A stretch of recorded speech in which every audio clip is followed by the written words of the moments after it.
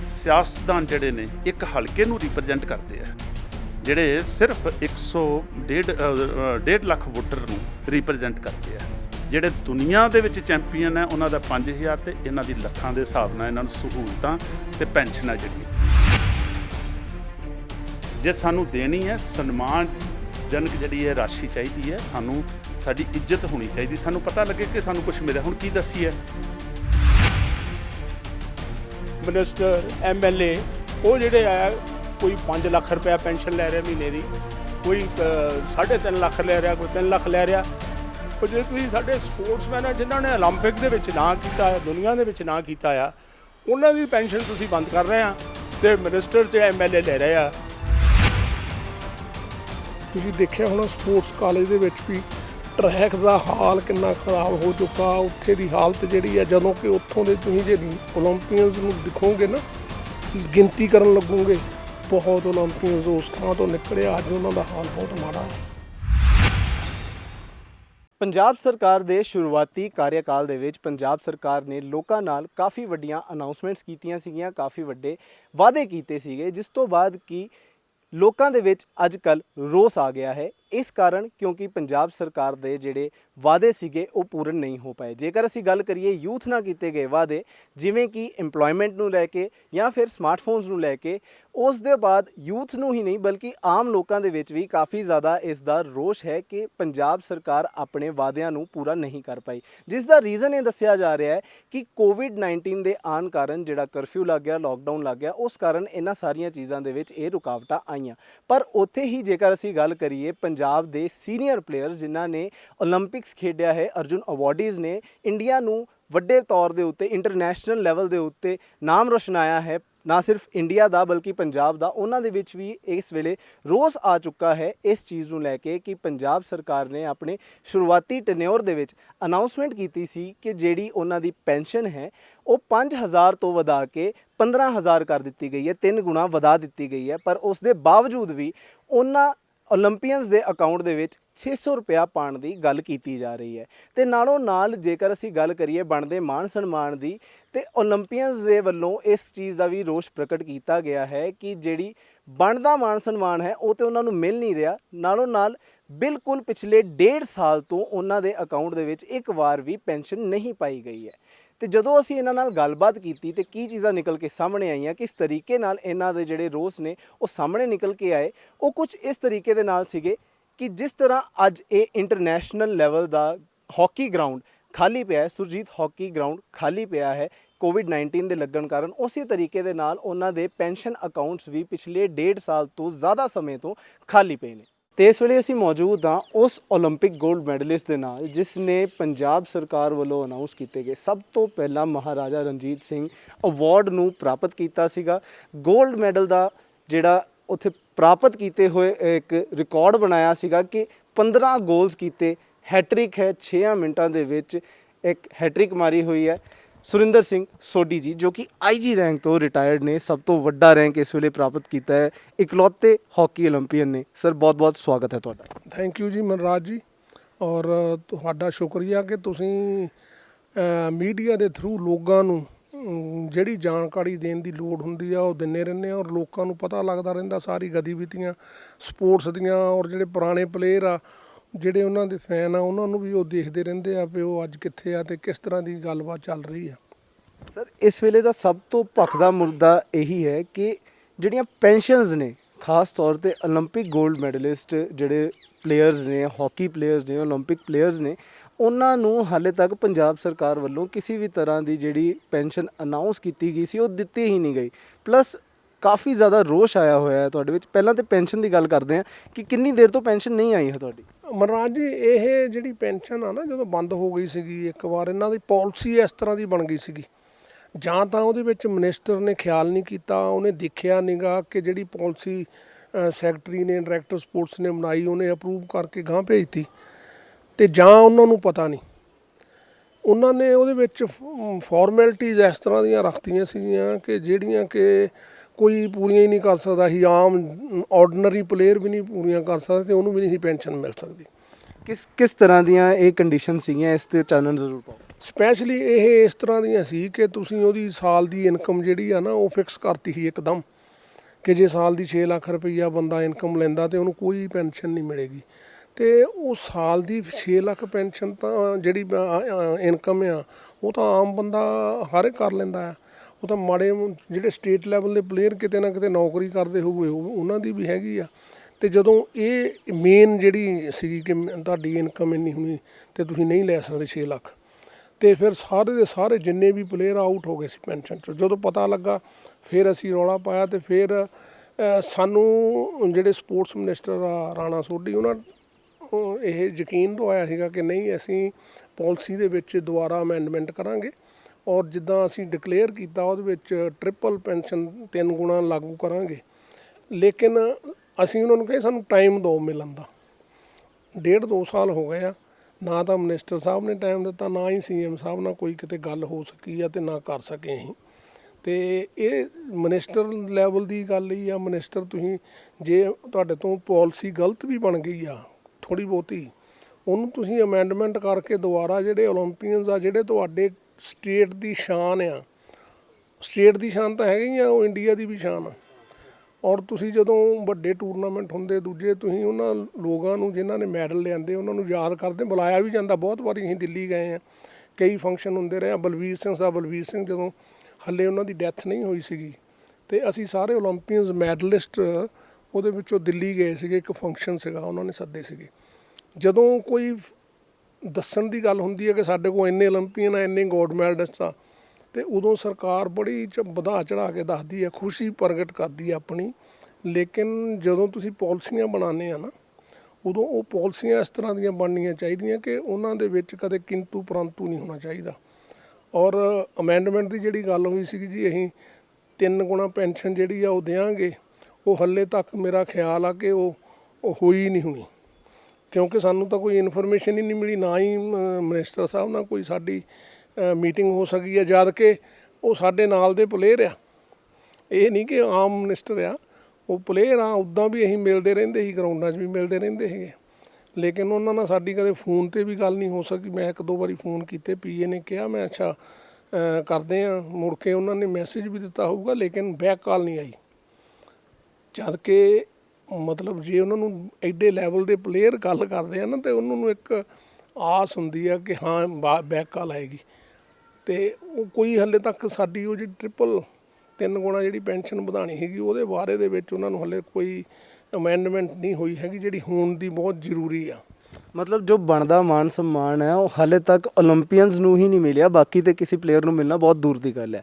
ਦੇਖੋ ਜਿਹੜੀਆਂ ਦੂਜੀਆਂ ਸਟੇਟਾਂ ਆ ਉਹ ਤਾਂ 20-20 ਹਜ਼ਾਰ ਰੁਪਈਆ ਦਿੰਦੀਆਂ। ਹੁਣੇ ਹੀ ਮੈਂ ਤੁਹਾਨੂੰ ਹੁਣੇ ਦਿਖਾਈ ਵੀ ਆ ਪੇਪਰ ਨਿਊਜ਼, ਇੱਥੇ ਅਸ਼ੋਕ ਧਿਆਨ ਚੰਦ, ਜਿਹੜੇ ਧਿਆਨ ਚੰਦ ਦੇ ਬੇਟੇ, ਉਹ ਆਏ ਸੀਗੇ। ਉਹਨਾਂ ਨੇ ਇੱਥੇ ਪ੍ਰੈਸ ਕਾਨਫਰੰਸ ਵੀ ਕੀਤੀ ਚੰਡੀਗੜ੍ਹ ਕਿ ਸਾਨੂੰ 20,000 ਸਟੇਟ ਦਿੰਦੀ ਆ ਗੌਰਮੈਂਟ ਮਤਲਬ ਪੈਨਸ਼ਨ।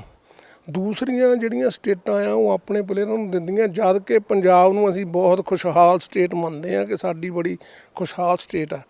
ਔਰ ਜੇ ਤੁਸੀਂ ਇੱਕ ਕਹਿੰਦੇ ਆ ਨਾ ਅਸੀਂ ਨਸ਼ਾ ਦੂਰ ਕਰਨਾ, ਤੇ ਸਪੋਰਟਸਮੈਨਾਂ ਨੂੰ ਤੁਸੀਂ ਉੱਪਰ ਚੁੱਕੋ, ਬੱਚਿਆਂ ਨੂੰ, ਆਪਣੇ ਪੁਰਾਣੇ ਜਿਹੜੇ ਆਈਕਨ ਸਪੋਰਟਸ ਪਰਸਨਸ ਆ ਉਹਨਾਂ ਨੂੰ ਇਸ ਤਰ੍ਹਾਂ ਦੀਆਂ ਫੈਸਿਲਿਟੀਜ਼ ਦਿਓ ਕਿ ਜਿਹੜੇ ਬੱਚੇ ਆ ਨਾ, ਫਿਊਚਰ ਸਾਡਾ ਜਿਹਨੂੰ ਅਸੀਂ ਕਹਿੰਦੇ ਆ, ਉਹ ਆਟੋਮੈਟਿਕਲੀ ਗਰਾਊਂਡਾਂ 'ਚ ਜਾਣ ਲੱਗ ਜਾਣ ਕਿ ਸਾਨੂੰ ਅਗਰ ਅਸੀਂ ਪਲੇਅਰ ਬਣ ਗਏ, ਆਹ ਫੈਸਿਲਿਟੀਜ਼, ਸਾਨੂੰ ਚੀਜ਼ਾਂ ਮਿਲਣੀਆਂ ਆ। ਔਰ ਅਗਰ ਅਸੀਂ ਘੱਟ ਵੀ ਐਜੂਕੇਸ਼ਨ 'ਚੋਂ ਕਿਤੇ ਪਿੱਛੇ ਵੀ ਰਹਿ ਜਾਂਦੇ ਹਾਂ, ਲੇਕਿਨ ਅਸੀਂ ਸਪੋਰਟਸ ਦੇ ਵਿੱਚ ਕਵਰ ਕਰ ਜਾਵਾਂਗੇ ਉਹਨੂੰ, ਤੇ ਫਿਰ ਆਪੇ ਜਿਹੜੀ ਆ ਨਸ਼ਾ ਵੀ ਦੂਰ ਹੋ ਜਾਊਗਾ ਤੇ ਪਲੇਅਰ ਵੀ ਬਣਨ ਲੱਗ ਜਾਊਗੇ। ਜਿੱਥੇ ਅੱਜ ਸਾਡੀ ਸਟੇਟ ਦਾ ਬਹੁਤ ਥੱਲੇ ਰੈਂਕ ਆਇਆ ਆ ਸਪੋਰਟਸ ਦਾ, ਸਟੇਟ ਸਾਡੀ ਜਦੋਂ ਨੈਸ਼ਨਲ ਗੇਮਸ ਹੁੰਦੀਆਂ 12ਵੇਂ 13ਵੇਂ ਨੰਬਰ 'ਤੇ ਚਲੇ ਗਈ ਹੈ, ਜਦ ਕਿ ਇਹ ਸਾਡੀ ਸਟੇਟ ਪੰਜਾਬ ਸਟੇਟ ਆ ਪਹਿਲੇ ਨੰਬਰ 'ਤੇ ਰਹੀ ਆ। ਤੇ ਉਹਨਾਂ ਨੂੰ ਚੁੱਕਣ ਦਾ ਤਾਂ ਇਹੀ ਇੱਕ ਤਰੀਕਾ ਆ ਕਿ ਤੁਸੀਂ ਜਿਹੜੀ ਸਪੋਰਟਸ ਆ ਉਹਨੂੰ ਇੱਕ ਅੱਛੇ ਤਰੀਕੇ ਦੇ ਨਾਲ ਹੈਂਡਲ ਕਰੋ।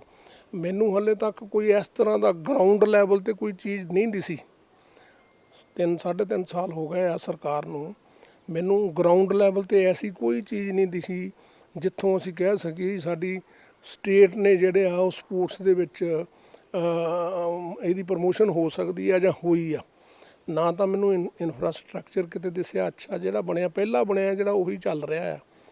ਮੈਂ ਦੇਖਦਾ ਕਿ ਕਈ ਥਾਵਾਂ 'ਤੇ ਐਸਟ੍ਰੋਟਰਫ ਲੱਗਣ ਵਾਲੀਆਂ ਆ, ਅਗਰ ਤੁਸੀਂ ਸਟੇਟ ਦੀ ਸਪੋਰਟਸ ਨੂੰ ਉੱਪਰ ਚੁੱਕਣਾ, ਸਾਰੀਆਂ ਗੇਮਸ, ਮੈਂ ਇਕੱਲੀ ਹਾਕੀ ਦੀ ਗੱਲ ਨਹੀਂ ਕਰਦਾ, ਜਿੱਥੇ ਐਸਟ੍ਰੋਟਰਫ ਦੀ ਲੋੜ ਉੱਥੇ ਐਸਟ੍ਰੋਟਰਫ ਲਾਓ, ਜਿੱਥੇ ਬਾਕਸਿੰਗ ਦੇ ਰਿੰਗਾਂ ਦੀ ਲੋੜ ਉਹਨਾਂ ਨੂੰ ਬਾਕਸਿੰਗ ਰਿੰਗ ਦਿਓ, ਜਿੱਥੇ ਟਰੈਕ ਬਣਨੇ ਐਥਲੈਟਿਕਸ ਦੇ ਉਹਨਾਂ ਨੂੰ ਟਰੈਕ ਦਿਓ। ਲੇਕਿਨ ਤੁਸੀਂ ਦੇਖਿਆ ਹੋਣਾ ਸਪੋਰਟਸ ਕਾਲਜ ਦੇ ਵਿੱਚ ਵੀ ਟਰੈਕ ਦਾ ਹਾਲ ਕਿੰਨਾ ਖਰਾਬ ਹੋ ਚੁੱਕਾ, ਉੱਥੇ ਦੀ ਹਾਲਤ ਜਿਹੜੀ ਆ, ਜਦੋਂ ਕਿ ਉੱਥੋਂ ਦੇ ਤੁਸੀਂ ਜੇ ਓਲੰਪੀਅਨਸ ਨੂੰ ਦਿਖੋਗੇ ਨਾ, ਗਿਣਤੀ ਕਰਨ ਲੱਗੋਗੇ, ਬਹੁਤ ਓਲੰਪੀਅਨਸ ਉਸ ਥਾਂ ਤੋਂ ਨਿਕਲਿਆ, ਅੱਜ ਉਹਨਾਂ ਦਾ ਹਾਲ ਬਹੁਤ ਮਾੜਾ ਆ।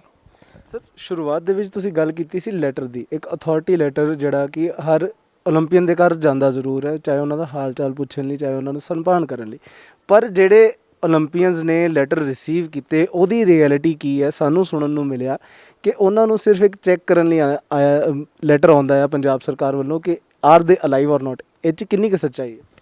ਨਹੀਂ, ਐਵੇਂ ਮੈਂ ਤੁਹਾਨੂੰ ਕਹਾਂ, ਮੈਨੂੰ ਕਦੇ ਇਦਾਂ ਦਾ ਲੈਟਰ ਨਹੀਂ ਆਇਆ ਹੈਗਾ ਕਿ ਮੈਨੂੰ ਕੋਈ ਲੈਟਰ ਆਇਆ ਅਤੇ ਉਹਦਾ ਮੈਂ ਜਵਾਬ ਦੇਣਾ। ਇਸ ਤਰ੍ਹਾਂ ਦਾ ਹੋ ਸਕਦਾ ਕਿਸੇ ਨੂੰ ਚਲੇ ਗਿਆ ਹੋਵੇ, ਪਰ ਇਦਾਂ ਦਾ ਨਹੀਂ ਹੈ। ਓਲੰਪੀਅਨਸ ਤਾਂ ਉਹਨੂੰ ਕੁਛ ਗੱਲ ਹੋਊਗੀ ਤਾਂ ਇੱਕਦਮ ਅਖਬਾਰਾਂ 'ਚ ਆ ਜਾਣਾ ਅਤੇ ਪਤਾ ਲੱਗ ਜਾਂਦਾ ਸਰਕਾਰ ਨੂੰ, ਉਹਨਾਂ ਦਾ ਕੋਈ ਨਾ ਕੋਈ ਨੁਮਾਇੰਦਾ ਵੀ ਆ ਜਾਂਦਾ ਉਦੋਂ।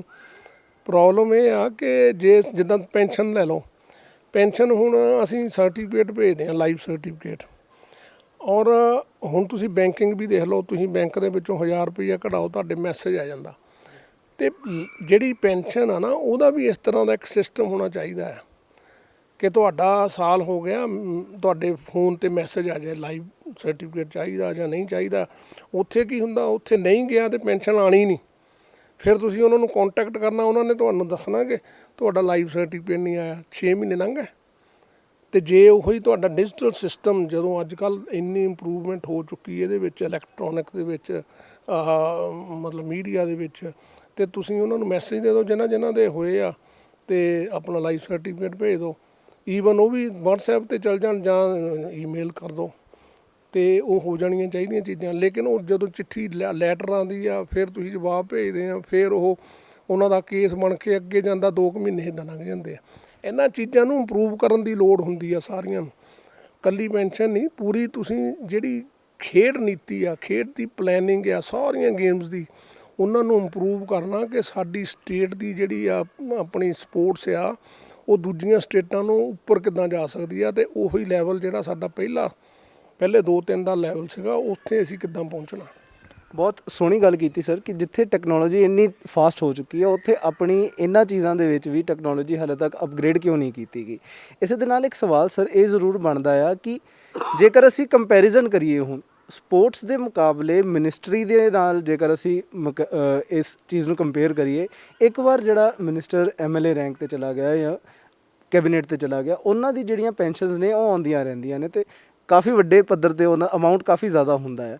ਉਹਦੇ ਬਾਰੇ ਤੁਸੀਂ ਕੀ ਗੱਲ ਕਹੋਗੇ ਕਿ ਸਪੋਰਟਸ ਪਿੱਛੇ ਇੰਨਾ ਕਿਉਂ ਰਹਿ ਗਿਆ, ਅਤੇ ਇਸ ਨੂੰ ਚੈੱਕ ਕਰਨ ਲਈ ਜਾਂ ਸਹੀ ਕਰਨ ਲਈ ਕੀ ਸਟੈਪਸ ਚੱਕਣੇ ਚਾਹੀਦੇ ਨੇ? ਮਨਰਾਜ ਜੀ, ਇਹ ਤਾਂ ਤੁਸੀਂ ਦੇਖਿਆ ਹੋਣਾ ਵੀ ਕਿੰਨਾ ਕੁ ਅੱਜ ਮੀਡੀਆ ਦੇ ਵਿੱਚ ਰੌਲਾ ਪੈ ਰਿਹਾ ਕਿ MLA ਜਿੰਨੀ ਵਾਰੀ MLA ਬਣ, ਉਹਨਾਂ ਦਾ ਤਾਂ ਈਵਨ ਇਹ ਵੀ ਕਰਤਾ ਕਿ ਤੁਸੀਂ ਇੱਕ ਦਿਨ MLA ਰਹਿ ਜਾਂਦੇ ਆ ਅਤੇ ਪੈਨਸ਼ਨ ਦੇ ਹੱਕਦਾਰ ਆ, ਜਦ ਕਿ ਇੱਕ IAS ਬੰਦਾ, IPS ਜਿਹੜਾ ਇੰਨੀ ਪੜ੍ਹਾਈ ਕਰਨ ਤੋਂ ਬਾਅਦ ਟੈਸਟ ਪਾਸ ਕਰਕੇ 40 ਸਾਲ ਦੀ ਨੌਕਰੀ ਕਰਨ ਤੋਂ ਬਾਅਦ ਉਹਨੂੰ ਪੈਨਸ਼ਨ ਮਿਲਦੀ ਆ, ਅਤੇ MLA ਜਿਹੜਾ ਵੋਟਾਂ ਲੈ ਕੇ ਕਹਿੰਦਾ ਮੈਂ ਸੇਵਾਦਾਰ ਹਾਂ ਲੋਕਾਂ ਦਾ, ਉਹ ਇੱਕ ਦਿਨ ਰਹਿ ਕੇ ਤੇ ਪਾਰਟੀ ਛੱਡ ਜਾਏ, ਰੀਜਨ ਬਣਾ ਕੇ ਕੋਈ ਵੀ, ਅਤੇ ਉਹਨੂੰ ਪੈਨਸ਼ਨ, ਜਦ ਕਿ ਉਹ ਲੋਕਾਂ ਦਾ ਮੁਲਜ਼ਮ ਆ ਕਿ ਤੁਹਾਨੂੰ ਇਲਾਕੇ ਨੇ ਵੋਟਾਂ ਪਾਈਆਂ ਔਰ ਤੁਸੀਂ MLA ਬਣ ਗਏ, ਔਰ ਤੁਸੀਂ ਉੱਥੇ ਜਾ ਕੇ ਰਿਜ਼ਾਈਨ ਕਰਦੇ ਅਤੇ ਪੈਨਸ਼ਨ ਤੁਸੀਂ ਲੈ ਰਹੇ ਆ।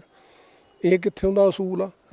ਇਹ ਚੀਜ਼ਾਂ ਗਲਤ ਆ। ਕਿੰਨੀ ਵਾਰੀ ਤੁਸੀਂ MLA ਬਣੇ ਅਤੇ ਉੱਪਰ ਚੱਲ ਵੀ ਰਹੀਆਂ ਪਟੀਸ਼ਨਾਂ, ਲੇਕਿਨ ਸਰਕਾਰਾਂ ਦੇ ਕੋਲ ਇਹ ਕਾਨੂੰਨ ਜਿਹੜੇ ਆਪਣੇ ਹੱਥ 'ਚ ਆ, ਆਪਣੇ ਲਈ ਉਹ ਇੱਕਦਮ ਵਿਧਾਨ ਸਭਾ ਦਾ ਸੈਸ਼ਨ ਬੁਲਾ ਕੇ ਉਹਨੂੰ ਪਾਸ ਕਰ ਦਿੰਦੇ ਆ। ਜਿਹੜੀ ਅਪੋਜੀਸ਼ਨ ਹੁੰਦੀ ਉਹ ਵੀ ਨਹੀਂ ਬੋਲਦੀ, ਉਹ ਵੀ ਕਹਿੰਦੇ ਓਕੇ। ਇਹ ਚੀਜ਼ਾਂ ਨਹੀਂ ਹੋਣੀਆਂ ਚਾਹੀਦੀਆਂ। ਹੁਣ ਅੱਜ ਜਿਹੜਾ ਹੈ ਨਾ ਮੀਡੀਆ ਸਟਰੋਂਗ ਹੋ ਚੁੱਕਾ, ਲੋਕਾਂ ਨੂੰ ਹਰ ਚੀਜ਼ ਦਾ ਪਤਾ ਲੱਗ ਜਾਂਦਾ।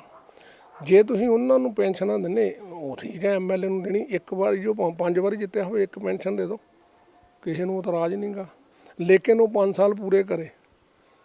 ਇਹ ਨਹੀਂ ਕਿ ਇੱਕ ਦਿਨ MLA ਬਣਿਆ ਅਤੇ ਇੱਕ ਪੈਨਸ਼ਨ ਉਹਦੀ, 5 ਸਾਲ ਪੂਰੇ ਕਰੇ। ਔਰ ਉਹਨਾਂ ਦੀ ਵੀ ਏਜ ਹੋਣੀ ਚਾਹੀਦੀ ਆ। ਅਸੀਂ 60 ਸਾਲ ਦੀ ਉਮਰ 'ਚ ਰਿਟਾਇਰ ਹੋ ਜਾਂਦੇ, ਤੁਹਾਡੇ ਸਾਹਮਣੇ ਫਿੱਟ ਬੈਠੇ ਹਾਂ, ਹੱਲੇ ਵੀ ਅਸੀਂ ਕੋਈ ਹੈ ਨਹੀਂ, ਅਤੇ ਉਹ 80 90 ਸਾਲ ਦੇ ਤੱਕ ਕਹਿੰਦੇ ਅਸੀਂ ਤਾਂ ਰਾਜਨੀਤੀ 'ਚ ਹਾਂ, ਕੰਮ ਅਫਸਰਾਂ ਨੇ ਕਰਨਾ, ਰਾਜਨੀਤੀ 'ਚ ਉਹਨਾਂ ਨੇ ਜਾਣਾ। ਤੇ ਫਾਇਦੇ ਉਹਨਾਂ ਨੇ ਲੈਣੇ। ਉਹਨਾਂ ਦੀ ਇੱਕ ਤਾਂ ਜਿਹੜਾ ਰੋਜ਼ ਰੌਲਾ ਪੈਂਦਾ ਨਾ ਪੋਲੀਟਿਕਸ ਦੇ ਵਿੱਚ, ਉਹ ਵੀ ਘਟ ਜਾਏਗਾ ਕਿ ਇੱਕ ਏਜ ਆ ਜਾਏਗੀ ਕਿ ਆਹ ਏਜ ਹੋ ਗਈ ਆ 70 ਸਾਲ ਜਾਂ 75 ਸਾਲ, ਇਸ ਬੰਦੇ ਨੇ ਪੋਲੀਟਿਕਸ ਦੇ ਵਿੱਚੋਂ ਰਿਟਾਇਰ ਹੋਣਾ ਤੇ ਨਵੇਂ ਬੰਦਿਆਂ ਨੇ ਆਉਣਾ। ਜਦੋਂ ਯੰਗ ਬੰਦੇ ਆਊਗੇ ਨਾ ਪੋਲੀਟਿਕਸ ਦੇ ਵਿੱਚ, ਉਹਦੀ ਸੋਚ ਜਿਹੜੀ ਆ ਨਾ ਨਵੇਂ ਸਮਾਜ ਦੀ, ਨਵੀਂ ਜਿਹੜੀ ਯੰਗ ਜਨਰੇਸ਼ਨ ਦੇ ਨਾਲ ਉਹਨਾਂ ਦੀ ਸੋਚ ਮੈਚ ਕਰੇਗੀ ਤੇ ਉਹ ਫਿਰ ਇੰਪਰੂਵਮੈਂਟ ਹੋਣ ਦੇ ਚਾਂਸਸ ਵੱਧ ਜਾਂਦੇ ਆ। ਤੇ ਫਿਰ ਇਹ ਚੀਜ਼ਾਂ ਕੁਛ ਨਾ ਕੁਛ ਉਹਨਾਂ ਦੀ ਐਜੂਕੇਸ਼ਨ ਵੀ ਹੋਣੀ ਚਾਹੀਦੀ ਆ। MLA ਦੇ ਕੋਲ, ਮਿਨਿਸਟਰ ਦੇ ਕੋਲ ਭਾਵੇਂ ਕੋਈ ਐਜੂਕੇਸ਼ਨ ਨਾ ਹੋਵੇ, ਉਹ ਮਿਨਿਸਟਰ, ਤੇ ਜੇ PN ਭਰਤੀ ਕਰਨਾ ਕਹਿੰਦੇ 10ਵੀਂ ਪਾਸ ਕੀਤੀ ਕਿ ਨਹੀਂ ਜਾਂ +2, ਫੇਰ PN ਕਰਾਂਗੇ। ਇਹਨਾਂ ਚੀਜ਼ਾਂ ਨੂੰ ਨਾ ਤਰੱਕੀ ਕਰਨ ਦੇ ਲਈ ਕੰਟਰੀ ਨੂੰ ਬਹੁਤ ਚੀਜ਼ਾਂ ਦੀ ਲੋੜ ਆ। ਸਰ ਬਹੁਤ ਹੀ ਅੱਛੀ ਗੱਲ ਕੀਤੀ ਤੁਸੀਂ ਕਿ ਐਟਲੀਸਟ ਐਜੂਕੇਸ਼ਨ ਜਿਹੜੀ ਆ ਉਹਨੂੰ ਜ਼ਰੂਰ ਮਿੱਥ ਜਾਣਾ ਚਾਹੀਦਾ ਆ। ਇਹਦੇ ਨਾਲ ਹੀ ਮੇਰੇ ਮਨ ਦੇ ਵਿੱਚ ਇੱਕ ਸਵਾਲ ਜ਼ਰੂਰ ਆਇਆ ਕਿ ਕਾਫੀ ਜਗ੍ਹਾਵਾਂ ਤੇ ਕਾਫੀ ਸਟੇਟਸ ਦੇ ਵਿੱਚ ਵੀ ਦੇਖਿਆ ਜਾਂਦਾ, ਆਪਣੇ ਸਟੇਟ ਦੇ ਵਿੱਚ ਵੀ ਇਸ ਚੀਜ਼ ਨੂੰ ਦੇਖਿਆ ਜਾਂਦਾ ਕਿ ਡਿਜ਼ਰਵਿੰਗ ਪਲੇਅਰ ਜਿਹੜਾ ਹੁੰਦਾ ਆ ਉਸ ਨੂੰ ਡਿਜ਼ਰਵਿੰਗ ਅਵਾਰਡ ਨਹੀਂ ਮਿਲਦਾ ਤੇ ਕਾਫੀ ਸਾਲਾਂ ਤੋਂ ਹੁਣ ਮਹਾਰਾਜਾ ਰਣਜੀਤ ਸਿੰਘ ਅਵਾਰਡ ਵੀ ਅਨਾਉਂਸ ਨਹੀਂ ਕੀਤਾ ਗਿਆ ਹੈ। ਉਸ ਦੇ ਬਾਰੇ ਤੁਸੀਂ ਕੀ ਕਹੋਗੇ? ਦੇਖੋ, ਜਿਹੜੇ ਅਵਾਰਡ ਆ ਨਾ, ਇਹ ਤਾਂ ਬਹੁਤ ਜ਼ਰੂਰੀ ਆ ਪਲੇਅਰ ਨੂੰ। ਪਲੇਅਰ ਜਦੋਂ ਖੇਲਦਾ ਆ ਨਾ ਔਰ ਉਹ ਟੂਰਨਾਮੈਂਟਾਂ ਦੇ ਵਿੱਚ ਜਾਂਦਾ ਆ, ਉਹ ਪਹਿਲਾਂ ਉਹ ਕਹਿੰਦਾ ਕਿ ਮੈਂ ਇੱਥੇ ਆਪਣੀ ਬੈਸਟ ਪਰਫਾਰਮੈਂਸ ਦੇਣੀ ਆ ਔਰ ਉਸ ਪਰਫਾਰਮੈਂਸ ਦੇ ਨਾਲ ਉਹਨੂੰ ਅਵਾਰਡ ਮਿਲਣੇ ਆ, ਹੈ ਨਾ। ਔਰ ਜੇ ਉਹਨੇ ਸਟੇਟ ਦੇ ਵਿੱਚ ਆ ਤੇ ਸਟੇਟ ਨੇ ਉਹਦਾ ਦੇਖਣਾ ਪਿਆ ਗੇਮਸ ਦੇ ਵਿੱਚ, ਇਹਨੇ ਈਵੈਂਟਸ ਦੇ ਵਿੱਚ ਅੱਛੀ ਪਰਫਾਰਮੈਂਸ ਦਿੱਤੀ ਤੇ ਉਹਨੂੰ ਅਵਾਰਡ ਮਿਲਣੇ ਆ। ਔਰ ਜਿਹੜੀ ਸਾਡੀ ਪੰਜਾਬ ਸਟੇਟ ਦੇ ਵਿੱਚ ਮਹਾਰਾਜਾ ਰਣਜੀਤ ਸਿੰਘ ਅਵਾਰਡ 1978 ਤੋਂ ਸ਼ੁਰੂ ਹੋਇਆ ਸੀਗਾ, ਪਹਿਲਾਂ ਬੜੇ ਸਾਲ ਹਰ ਸਾਲ ਕੰਟੀਨਿਊ ਮਿਲਦਾ ਰਿਹਾ। ਫਿਰ ਵਿੱਚ ਕੁਝ ਸਮਾਂ ਇਸ ਤਰ੍ਹਾਂ ਦਾ ਆ ਗਿਆ ਕਿ ਰੁਕਣ ਲੱਗ ਗਏ ਕਿ 5 ਸਾਲ ਦੇ ਵਿੱਚ ਇੱਕ ਵਾਰੀ ਸਰਕਾਰ ਨੇ ਦੇ ਦੇਣਾ। ਹੁਣ ਜਿਹੜੇ ਪਹਿਲੇ ਸ਼ੁਰੂ ਦੇ ਸਾਲਾਂ ਦੇ ਵਿੱਚ ਕਈ ਪਲੇਅਰ ਹੁੰਦੇ ਆ, ਉਹਨਾਂ ਨੂੰ ਉਸ ਸਾਲ 'ਚ ਮਿਲਣਾ ਚਾਹੀਦਾ ਔਰ ਅੱਗੇ ਜਾ ਕੇ 2-3 ਸਾਲ ਬਾਅਦ ਕਿਸੇ ਨਾਲ ਐਸੀ ਹੈਪਨਿੰਗ ਹੋ ਜਾਏ ਕਿ ਉਹ ਅਵਾਰਡ ਹੀ ਨਾ ਲੈ ਸਕੇ, ਜਦ ਕਿ ਉਹਨੂੰ ਤਾਂ ਪਹਿਲਾਂ ਹੀ ਮਿਲ ਜਾਣਾ ਸੀਗਾ।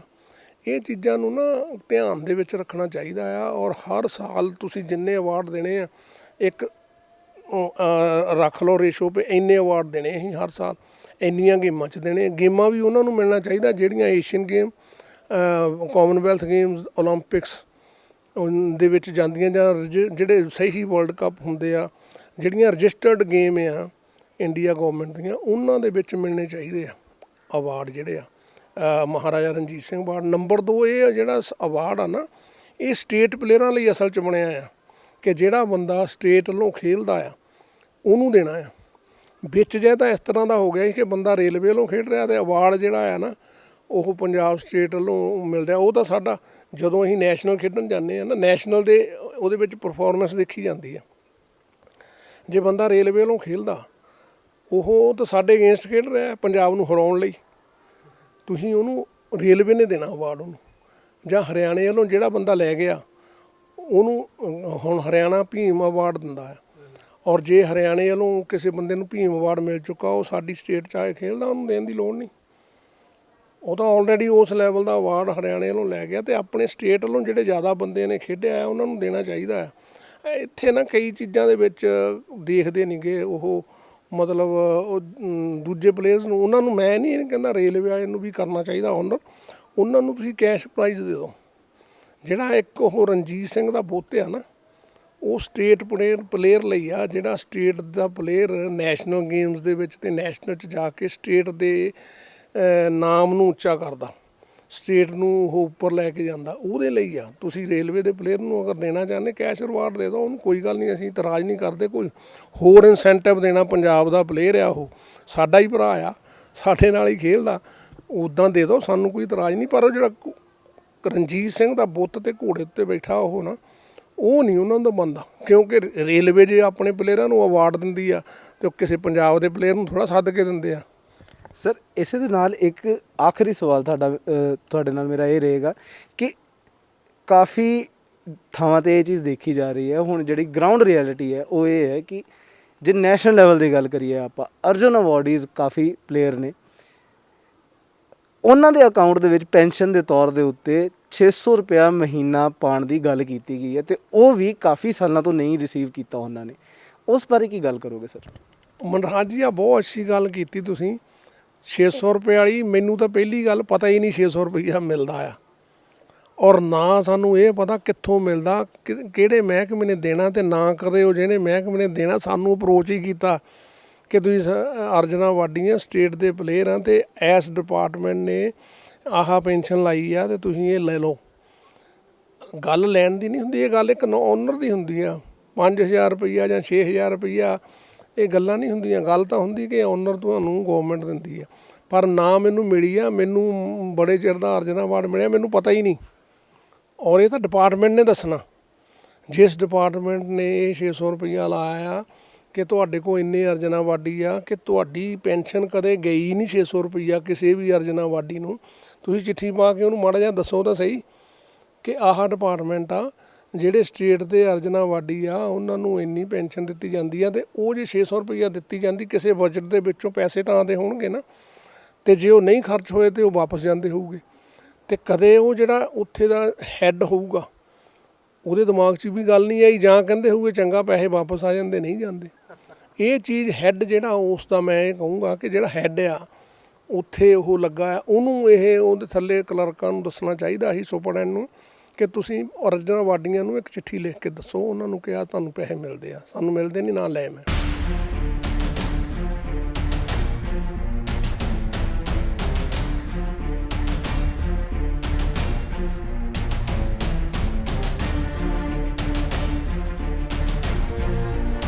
ਤੇ ਇਸ ਵੇਲੇ ਅਸੀਂ ਮੌਜੂਦ ਹਾਂ ਉਸ ਓਲੰਪੀਅਨ ਦੇ ਨਾਲ ਜਿਹਨੇ 1980 ਦੇ ਵਿੱਚ ਗੋਲਡ ਮੈਡਲ ਪ੍ਰਾਪਤ ਕਰਕੇ ਓਲੰਪਿਕ ਗੇਮਸ ਦੇ ਵਿੱਚ ਮਾਸਕੋ ਦੇ ਵਿੱਚ ਇੰਡੀਆ ਦਾ ਨਾਮ ਰੋਸ਼ਨਾਇਆ ਸੀਗਾ, ਸਭ ਤੋਂ ਟੌਪ ਤੇ ਝੰਡਾ ਲਹਿਰਾਇਆ ਸੀਗਾ ਇੰਡੀਆ ਦਾ। ਦਵਿੰਦਰ ਸਿੰਘ ਗਰਚਾ ਜੀ, ਬਹੁਤ ਬਹੁਤ ਸਵਾਗਤ ਹੈ ਸਰ ਤੁਹਾਡਾ। ਮੈਂ ਪਹਿਲਾਂ ਤਾਂ ਥੈਂਕਸ ਕਰਦਾ ਹਾਂ ਦੈਨਿਕ ਸਵੇਰਾ ਦਾ, ਜਿਹੜੇ ਕਿ ਤੁਸੀਂ ਇੰਟਰਵਿਊ ਲਈ ਆਏ ਆ। ਔਰ ਮੈਂ ਓਲੰਪਿਕਸ ਦੇ ਵਿੱਚ ਗੋਲਡ ਮੈਡਲ ਲਿਆ ਆ। 16 ਸਾਲ ਦੇ ਬਾਅਦ ਅਸੀਂ ਜਿਹੜੇ ਹੈਗੇ ਓਲੰਪਿਕ ਜਿੱਤੇ ਸੀਗੇ। ਪਹਿਲਾਂ 1964 ਦੇ ਵਿੱਚ ਟੋਕੀਓ ਦੇ ਵਿੱਚ ਇੰਡੀਆ ਜਿਹੜੀ ਹੈਗੀ ਆ ਗੋਲਡ ਮੈਡਲ ਜਿੱਤੀ ਸੀਗੀ। ਉਸ ਤੋਂ ਬਾਅਦ 80 ਦੇ ਵਿੱਚ ਅਸੀਂ ਗੋਲਡ ਮੈਡਲ ਲੈ ਕੇ ਆਏ। ਸਰ ਇਸ ਵੇਲੇ ਜਿਹੜਾ ਸਭ ਤੋਂ ਵੱਡਾ ਮੁੱਦਾ ਬਣ ਚੁੱਕਾ ਹੈ ਪੰਜਾਬ ਸਰਕਾਰ ਦੇ ਖਿਲਾਫ, ਜਿੰਨੇ ਸੀਨੀਅਰ ਪਲੇਅਰਸ ਨੇ ਉਹਨਾਂ ਦਾ ਰੋਸ਼ ਸਾਹਮਣੇ ਆ ਚੁੱਕਾ ਹੈ। ਜੇਕਰ ਅਸੀਂ ਗੱਲ ਕਰੀਏ ਪੈਨਸ਼ਨਾਂ ਦੀ, ਤੇ ਕਾਫੀ ਪਲੇਅਰਸ ਦੇ ਪੈਨਸ਼ਨਸ ਹਾਲੇ ਤੱਕ ਡਿਊ ਹੈ, ਆਈ ਨਹੀਂ। ਤੁਹਾਡਾ ਇਸ ਬਾਰੇ ਕੀ ਕਹਿਣਾ ਹੈ ਤੇ ਤੁਹਾਡਾ ਇਸ ਪ੍ਰਤੀ ਕੀ ਵਿਚਾਰ ਹੈ ਪੰਜਾਬ ਸਰਕਾਰ ਦੇ ਲਈ? ਸਭ ਨਾਲੋਂ ਪਹਿਲਾਂ ਤਾਂ ਮੈਂ ਇਹ ਦੱਸਣਾ ਚਾਹੁੰਦਾ ਕਿ ਪੰਜਾਬ ਗੌਰਮੈਂਟ ਦੇ 2003 ਦੇ ਵਿੱਚ ਇਹ ਜਿਹੜੇ ਓਲੰਪੀਅਨ ਆ ਉਹਨਾਂ ਦੀ ਇਹਨਾਂ ਨੇ 1000 ਰੁਪਏ ਪੈਨਸ਼ਨ ਸ਼ੁਰੂ ਕੀਤੀ ਸੀ, ਅਤੇ ਜਿਹੜੇ ਅਦਰ ਪਲੇਅਰ ਸੀਗੇ ਉਹਨਾਂ ਨੂੰ ਇਹਨਾਂ ਨੇ 600 ਰੁਪਏ ਸ਼ੁਰੂ ਕੀਤਾ ਸੀਗਾ।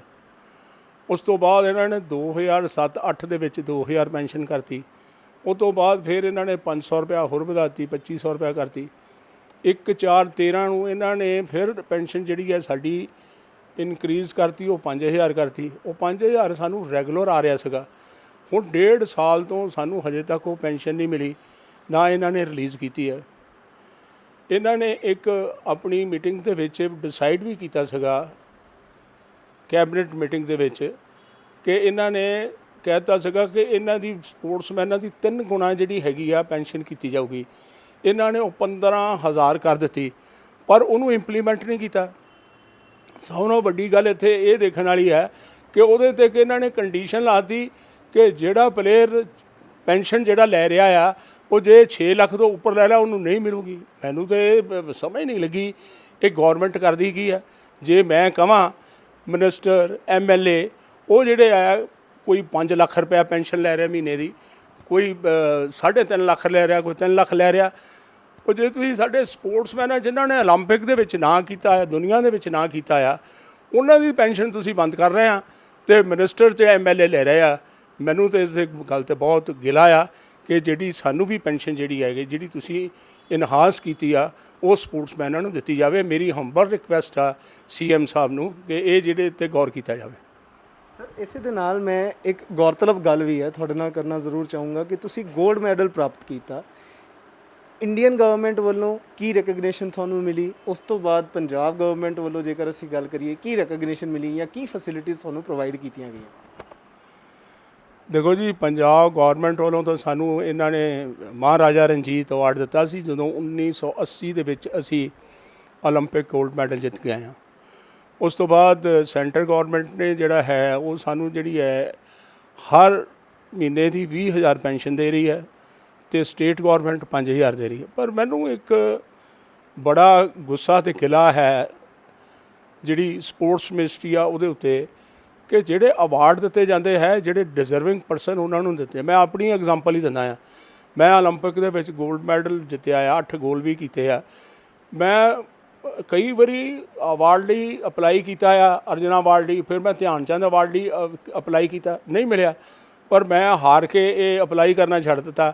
ਉਹ ਮੈਂ ਕਿਹਾ ਇਹਨਾਂ ਨੇ ਤਾਂ ਉਹਨਾਂ ਨੂੰ ਦੇਣਾ ਜਿਹੜੇ ਸਿਫਾਰਸ਼ੀ ਹੈ। ਮੈਂ ਤਾਂ ਇੱਥੇ ਇਸ ਵਿਤਕਰੇ 'ਤੇ ਗੌਰਮੈਂਟ ਨੂੰ ਇਹ ਕਹਿਣਾ ਚਾਹੁੰਦਾ ਕਿ ਜਿਹੜੇ ਡਿਜ਼ਰਵ ਪਰਸਨ ਆ ਉਹਨਾਂ ਨੂੰ ਜਿਹੜਾ ਅਵਾਰਡ, ਜਿਨ੍ਹਾਂ ਨੇ ਦੁਨੀਆ ਦਾ ਨਾਂ ਕੀਤਾ, ਉਹਨਾਂ ਨੂੰ ਅਵਾਰਡ ਮਿਲਣੇ ਚਾਹੀਦੇ ਆ। ਸਰ ਬਹੁਤ ਹੀ ਵੱਡੀ ਗੱਲ ਤੁਸੀਂ ਇਸ ਵੇਲੇ ਕੀਤੀ ਹੈ ਕਿ ਜਿਹੜਾ ਬਣਦੇ ਅਵਾਰਡਸ ਨੇ ਉਹ ਪਲੇਅਰਸ ਨੂੰ ਨਹੀਂ ਮਿਲੇ ਹਾਲੇ ਤੱਕ। ਤੁਸੀਂ ਮੇਰੇ ਖਿਆਲ ਨਾਲ, ਜੇ ਮੈਂ ਸਹੀ ਹਾਂ, ਤੇ 8 ਗੋਲਸ ਕਰਕੇ 골ਡ ਮੈਡਲ ਪ੍ਰਾਪਤ ਕੀਤਾ ਸੀਗਾ ਓਲੰਪਿਕ ਗੇਮਸ ਦੇ ਵਿੱਚ। ਮਾਸਕੋ ਦੇ ਵਿੱਚ ਐਡੇ ਜ਼ਿਆਦਾ ਸਕੋਰ ਜਿਹੜਾ ਅੱਜ ਤੱਕ ਬਹੁਤ ਘੱਟ ਕੀਤਾ ਗਿਆ ਹੈ, ਜਾਂ ਓਲੰਪਿਕਸ ਦੇ ਵਿੱਚ ਹੀ ਬਹੁਤ ਘੱਟ ਕੀਤੇ ਗਏ ਇੰਨੇ ਗੋਲਸ।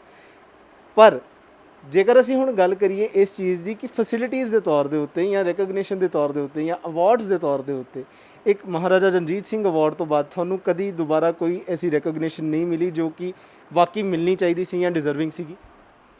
ਦੇਖੋ ਜੀ, ਉਸ ਤੋਂ ਬਾਅਦ ਤਾਂ ਮੈਨੂੰ ਕੋਈ ਨਹੀਂ ਅਵਾਰਡ ਮਿਲਿਆ ਔਰ ਮੈਂ ਅਪਲਾਈ ਕੀਤਾ ਆ। ਮੈਂ ਤੁਹਾਨੂੰ ਇੱਥੇ ਦੱਸਣਾ ਚਾਹੁੰਦਾ ਹਾਂ ਕਿ ਜਿੰਨਾ ਚਿਕਰ ਇਹ ਜਿਹੜੇ ਪੁਰਾਣੇ ਪਲੇਅਰ ਆ ਉਹਨਾਂ ਨੂੰ ਇਹ ਅਵਾਰਡ ਨਾਲ ਸਨਮਾਨਿਤ ਨਹੀਂ ਕਰਦੇ, ਆਨਰ ਨਹੀਂ ਕਰਦੇ, ਪਰ ਸਾਡਾ ਮਾਨ ਸਨਮਾਨ ਆ। ਜੇ ਇਹ ਕਹਿਣਾ ਅਸੀਂ ਪੈਸੇ ਦੇ ਭੁੱਖੇ ਆ, ਸਾਨੂੰ ਪੈਸਾ ਚਾਹੀਦਾ ਆ, ਪੈਸੇ ਦੀ ਖਾਤਰ ਨਹੀਂ ਅਸੀਂ ਕਹਿ ਰਹੇ ਹਾਂ। ਸਾਡਾ ਇਹ ਮਾਨ ਤੇ ਸਨਮਾਨ ਹੈ ਕਿ ਜਿਹੜਾ ਸਾਨੂੰ ਇਹ ਜਿਹੜੀ ਪੈਨਸ਼ਨ ਆ ਦੇ ਰਿਹਾ ਆ, ਅਤੇ ਉਹਦੇ ਨਾਲ ਕੀ ਹੋਏਗਾ, ਜਿਹੜੇ ਸਾਡੇ ਯੰਗਸਟਰ ਆ ਉਹ ਸਾਡੇ ਵੱਲ ਦੇਖ ਕੇ ਉਹ ਹੋਰ ਜਿਹੜਾ ਉਹਨਾਂ ਨੂੰ ਉਤਸ਼ਾਹ ਵਧੂਗਾ ਕਿ ਉਹ ਅਸੀਂ ਵੀ ਇਹਨਾਂ ਵਾਂਗ ਓਲੰਪੀਅਨ ਬਣੀਏ, ਮੈਡਲ ਲੈ ਕੇ ਆਈਏ। ਜੇ ਪੈਨਸ਼ਨਾਂ ਲੈ ਰਿਹਾ ਅਤੇ ਅਸੀਂ ਵੀ ਇਹਨਾਂ ਵਾਂਗਰ ਪੈਨਸ਼ਨਾਂ ਲਾਂਗੇ। ਸਰ ਪੈਨਸ਼ਨ ਦੀ ਗੱਲ ਚੱਲ ਰਹੀ ਹੈ, ਤੁਸੀਂ ਆਪਣੀ ਤੌਰ ਤੇ ਦੱਸਿਆ ਕਿ ਤੁਹਾਨੂੰ 5,000 ਰੁਪਇਆ ਜਿਹੜਾ ਆ ਪੈਨਸ਼ਨ ਦੇ ਤੌਰ ਤੇ ਮਿਲ ਰਿਹਾ ਸੀਗਾ, ਪਰ ਹੁਣ ਉਹ ਵੀ ਨਹੀਂ ਰਿਲੀਜ਼ ਕੀਤਾ ਗਿਆ ਪਿਛਲੇ 1.5 ਸਾਲ ਤੋਂ। ਜੇਕਰ ਅਸੀਂ ਗੱਲ ਕਰੀਏ ਅਰਜੁਨ ਅਵਾਰਡੀਜ਼ ਪਲੇਅਰ ਜਿਹੜੇ ਨੇ, ਉਹਨਾਂ ਨੂੰ ਜਿਹੜੀ ਹੈ ਪੈਨਸ਼ਨ ਦੇ ਤੌਰ ਦੇ ਉੱਤੇ ਸਿਰਫ 600 ਰੁਪਇਆ ਮਿਲ ਰਿਹਾ ਹੈ ਇਸ ਵੇਲੇ। ਉਸ ਬਾਰੇ ਤੁਸੀਂ ਕੀ ਕਹੋਗੇ? ਦੇਖੋ ਜੀ, ਬੜੀ ਸ਼ਰਮ ਵਾਲੀ ਗੱਲ ਹੈ ਕਿ ਜਿਹੜੇ ਪਲੇਅਰਾਂ ਨੇ ਅਰਜੁਨਾ ਅਵਾਰਡ ਲਿਆ ਉਹਨਾਂ ਨੂੰ ਸਾਡੀ ਗੌਰਮੈਂਟ ਸਿਰਫ 600 ਰੁਪਇਆ ਦੇ ਰਹੀ ਹੈ। ਇਹ ਕਿੰਨੀ ਮਤਲਬ ਕਿ ਮੈਂ ਕਹਿ ਨਹੀਂ ਸਕਦਾ ਕਿ ਉਹਨਾਂ ਦੇ ਨਾਲ ਕਿੰਨਾ ਵਿਤਕਰਾ ਹੋ ਰਿਹਾ। ਬਾਕੀ ਸਟੇਟਾਂ ਵਾਲੇ 10-10 ਹਜ਼ਾਰ ਦੇ ਰਿਹਾ, ਕੋਈ 20,000 ਪੈਨਸ਼ਨ ਦੇ ਰਿਹਾ ਹੈਗਾ ਇਹਨਾਂ ਨੂੰ, ਅਰਜੁਨਾ ਅਵਾਰਡੀਆਂ ਨੂੰ। ਅਤੇ ਇਹਨਾਂ ਦੀ ਵੀ ਪੈਨਸ਼ਨ ਜਿਹੜੀ ਹੈ ਸਟੇਟ ਗੌਰਮੈਂਟ ਨੂੰ ਦੂਸਰੀਆਂ ਸਟੇਟਾਂ ਦੇ ਬਰਾਬਰ ਦੇਣੀ ਚਾਹੀਦੀ ਹੈ, ਕਿਉਂਕਿ ਉਹਨਾਂ ਨੇ ਵੀ ਕੰਟਰੀਬਿਊਸ਼ਨ ਕੀਤੀ ਹੈ ਕੰਟਰੀ ਲਈ। ਇਸ ਕਰਕੇ ਮੇਰੀ ਹੰਬਲ ਰਿਕੁਐਸਟ ਹੈ ਕਿ ਇਹਨਾਂ ਦੀ ਵੀ ਪੈਨਸ਼ਨ ਜਿਹੜੀ ਹੈ ਇਨਕਰੀਜ਼ ਕੀਤੀ ਜਾਵੇ, ਅਰਜੁਨਾ ਅਵਾਰਡੀ ਦੀ। ਸਰ ਆਖਰੀ ਸਵਾਲ ਤੁਹਾਡੇ ਨਾਲ ਮੇਰਾ ਇਹੀ ਰਹੇਗਾ ਕਿ ਇੱਕ ਇੰਸਪੀਰੇਸ਼ਨ ਦੀ ਗੱਲ ਕੀਤੀ ਤੁਸੀਂ। ਇੰਸਪੀਰੇਸ਼ਨ ਦੇ ਤੌਰ ਦੇ ਉੱਤੇ ਬੱਚਿਆਂ ਨੂੰ ਸਿਖਾਉਣਾ ਬਹੁਤ ਜ਼ਰੂਰੀ ਹੁੰਦਾ। ਕਿਸ ਤਰੀਕੇ ਦੇ ਨਾਲ ਤੁਸੀਂ ਇਸ ਵੇਲੇ ਬੱਚਿਆਂ ਨੂੰ, ਜਿਹੜੇ ਇੰਟਰਸਟਿਡ ਬੱਚੇ ਨੇ, ਉਹਨਾਂ ਨੂੰ ਗਾਈਡ ਕਰ ਰਹੇ ਹੋ, ਅਤੇ ਕਿਸ ਤਰੀਕੇ ਦੇ ਨਾਲ ਉਹਨਾਂ ਨੂੰ ਇਹ ਸਰਵਿਸਿਜ਼ ਪ੍ਰੋਵਾਈਡ ਕਰ ਰਹੇ ਹੋ ਜਿਹੜੇ ਹਾਕੀ ਲਈ ਇੰਟਰਸਟਿਡ ਨੇ ਇਸ ਵੇਲੇ? ਸਭ ਤੋਂ ਪਹਿਲਾਂ ਤਾਂ ਮੈਂ ਦੱਸਦਾ, ਮੈਂ ਸਾਡੇ ਅਕੈਡਮੀਆਂ ਹੈਗੀਆਂ, ਸੁਰਜੀਤ ਹਾਕੀ ਕਮੇਟੀਆਂ, ਇੱਥੇ ਸੰਦੀਪ ਪਲੇਅਰ ਹੁੰਦਾ ਸੀਗਾ, ਮੈਂ ਉਹਨਾਂ ਨੂੰ ਵੀ ਟ੍ਰੇਨਿੰਗ ਦਿੰਦਾ ਰਿਹਾ ਪਲੰਟੀ ਕਾਰਨਰਸ ਦੀ। ਔਰ ਸਾਡੀ ਆਪਣੀ ਕਲੱਬ ਹੈਗੀ ਆ ਗੁਰਚਰਨ ਸਿੰਘ ਬੋਦੀ ਹਾਕੀ ਕਲੱਬ, ਉਹ ਸਾਡੀ ਖਾਲਸਾ ਕਾਲਜ ਦੇ ਵਿੱਚ ਆ। ਉੱਥੇ ਅਸੀਂ ਛੋਟੇ ਬੱਚਿਆਂ ਨੂੰ, ਲੜਕੀਆਂ ਨੂੰ ਫ੍ਰੀ ਆਫ ਕਾਸਟ ਟ੍ਰੇਨਿੰਗ ਦਿੰਦੇ ਹਾਂ। ਈਵਨ ਹਰ ਸਾਲ ਉਹਨਾਂ ਨੂੰ ਅਸੀਂ ਕਿੱਟ ਵੀ ਫ੍ਰੀ ਪ੍ਰੋਵਾਈਡ ਕਰਦੇ ਹਾਂ। ਇਹ ਸਾਡੀ ਜਿਹੜੀ ਹੈਗੀ ਆ ਮਹਿੰਦਰ ਮੁੰਸ਼ੀ ਹਾਕੀ ਐਸੋਸੀਏਸ਼ਨਸ ਇਹ ਕਰ ਰਹੀ ਹੈਗੀ ਹੈ। ਅਤੇ ਲਗਭਗ ਕਿੰਨੇ ਬੱਚੇ ਉਸ ਐਸੋਸੀਏਸ਼ਨ ਦਾ, ਉਸ ਅਕੈਡਮੀ ਦੇ ਪਾਰਟ ਬਣਦੇ ਨੇ ਹਰ ਸਾਲ? ਦੇਖੋ ਜੀ, ਮੇਰਾ ਖਿਆਲ ਨੀਅਰ ਅਬਾਊਟ 60-70 ਬੱਚੇ ਜਿਹੜੇ ਲੜਕੇ ਲੜਕੀਆਂ ਉੱਥੇ ਪ੍ਰੈਕਟਿਸ ਕਰਦੇ ਨੇ ਔਰ ਆਉਂਦੇ ਨੇ। ਇਹਦੇ ਵਿੱਚੋਂ ਕਈ ਇੰਟਰਨੈਸ਼ਨਲ, ਨੈਸ਼ਨਲ ਲੈਵਲ ਦੇ ਪਲੇਅਰ ਉੱਥੋਂ ਬਣੇ ਨੇ। ਅਸੀਂ ਉਹਨਾਂ ਨੂੰ ਪ੍ਰਮੋਟ ਕੀਤਾ ਹੈਗਾ, ਪਲੇਅਰਾਂ ਨੂੰ ਅਸੀਂ ਕਰ ਰਹੇ ਹਾਂ।